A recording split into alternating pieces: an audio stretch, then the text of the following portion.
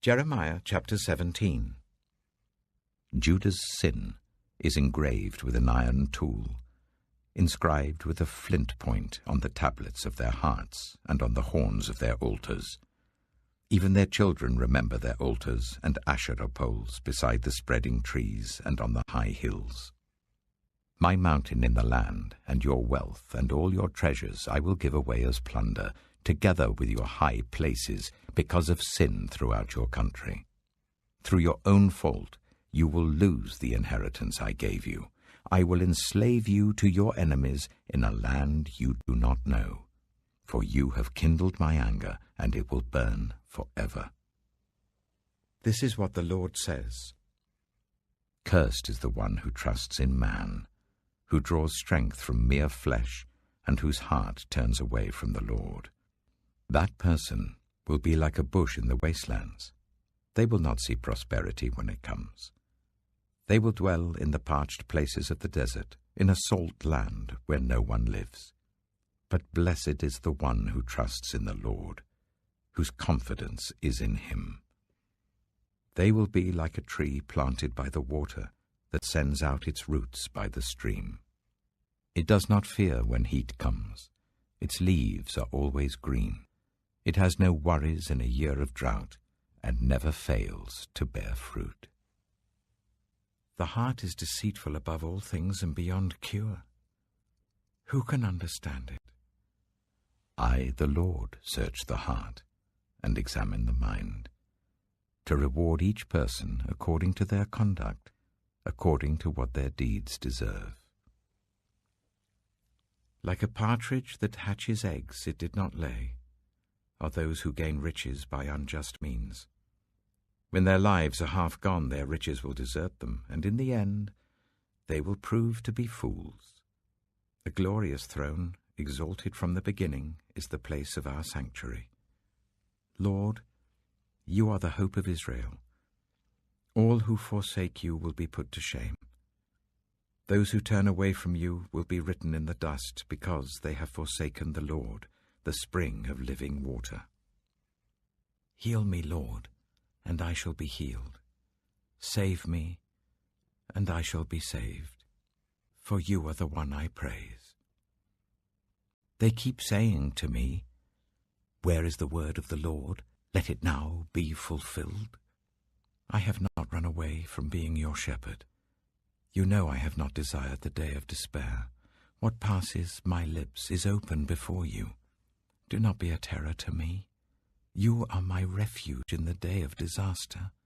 Let my persecutors be put to shame, but keep me from shame. Let them be terrified, but keep me from terror. Bring on them the day of disaster. Destroy them with double destruction. This is what the Lord said to me. Go and stand at the gate of the people, through which the kings of Judah go in and out. Stand also at all the other gates of Jerusalem. Say to them, hear the word of the Lord, you kings of Judah and all people of Judah, and everyone living in Jerusalem who come through these gates. This is what the Lord says. Be careful not to carry a load on the Sabbath day, or bring it through the gates of Jerusalem. Do not bring a load out of your houses, or do any work on the Sabbath, but keep the Sabbath day holy, as I commanded your ancestors. Yet they did not listen or pay attention. They were stiff-necked and would not listen or respond to discipline. But if you are careful to obey me, declares the Lord, and bring no load through the gates of this city on the Sabbath, but keep the Sabbath day holy by not doing any work on it, then kings who sit on David's throne will come through the gates of this city with their officials. They and their officials will come riding in chariots and on horses, accompanied by the men of Judah and those living in Jerusalem, and this city will be inhabited forever. People will come from the towns of Judah and the villages around Jerusalem, from the territory of Benjamin and the western foothills, from the hill country and the Negev, bringing burnt offerings and sacrifices, grain offerings and incense, and bringing thank offerings to the house of the Lord. But if you do not obey me, to keep the Sabbath day holy, by not carrying any load as you come through the gates of Jerusalem on the Sabbath day, then I will kindle an unquenchable fire in the gates of Jerusalem that will consume her fortresses. Jeremiah chapter 18. This is the word that came to Jeremiah from the Lord. Go down to the potter's house, and there I will give you my message. So I went down to the potter's house, and I saw him working at the wheel. But the pot he was shaping from the clay was marred in his hands. So the potter formed it into another pot, shaping it as seemed best to him. Then the word of the Lord came to me. He said, Can I not do with you, Israel, as this potter does, declares the Lord? Like clay in the hand of the potter, so are you in my hand, Israel. If at any time I announce that a nation or kingdom is to be uprooted, torn down, and destroyed, and if that nation I warned repents of its evil, then I will relent and not inflict on it the disaster I had planned. And if at another time I announce that a nation or kingdom is to be built up and planted, and if it does evil in my sight and does not obey me, then I will reconsider the good I had intended to do for it. Now therefore say to the people of Judah and those living in Jerusalem, This is what the Lord says. Look, I am preparing a disaster for you and devising a plan against you. So turn from your evil ways, each one of you, and reform your ways and your actions. But they will reply, It's no use. We will continue with our own plans. We will all follow the stubbornness of our evil hearts. Therefore this is what the Lord says. Inquire among the nations. Who has ever heard anything like this? A most horrible thing has been done by virgin Israel. Does the snow of Lebanon ever vanish from its rocky slopes? Do its cool waters from distant sources ever stop flowing? Yet my people have forgotten me. They burn incense to worthless idols, which made them stumble in their ways, in the ancient paths. They made them walk in byways, on roads not built up. Their land will be an object of horror and of lasting scorn. All who pass by will be appalled and will shake their heads. Like a wind from the east, I will scatter them before their enemies. I will show them my back and not my face in the day of their disaster. They said, Come, let's make plans against Jeremiah. For the teaching of the law by the priest will not cease, nor will counsel from the wise, nor the word from the prophets. So come, let's attack him with our tongues, and pay no attention to anything he says. Listen to me, Lord, hear what my accusers are saying. Should good be repaid with evil? Yet they have dug a pit for me. Remember that I stood before you and spoke on their behalf to turn your wrath away from them. So give their children over to famine. Hand them over to the power of the sword. Let their wives be made childless and widows. Let their men be put to death, their young men slain by the sword in battle. Let a cry be heard from their houses when you suddenly bring invaders against them, for they have dug a pit to capture me, and have hidden snares for my feet. But you, Lord, know all their plots to kill me.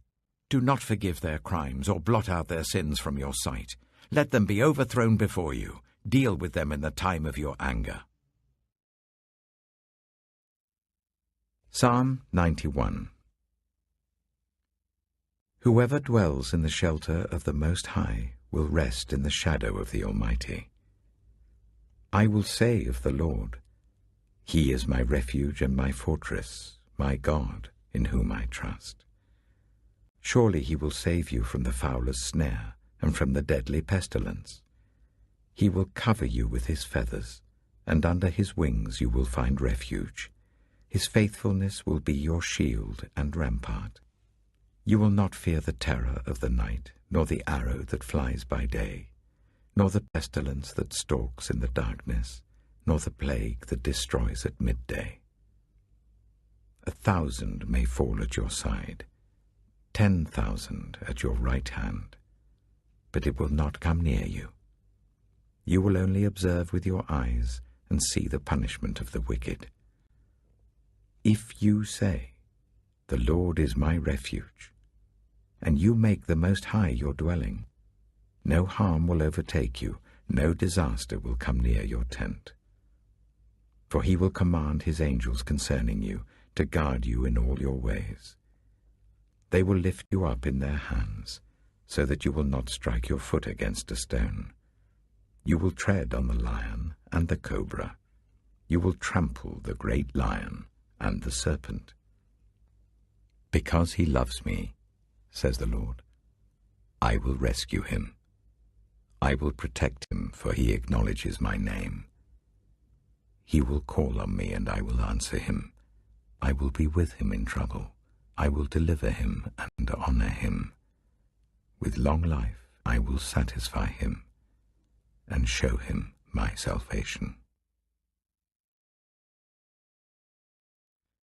Proverbs chapter 9. Wisdom has built her house. She has set up its 7 pillars. She has prepared her meat and mixed her wine. She has also set her table.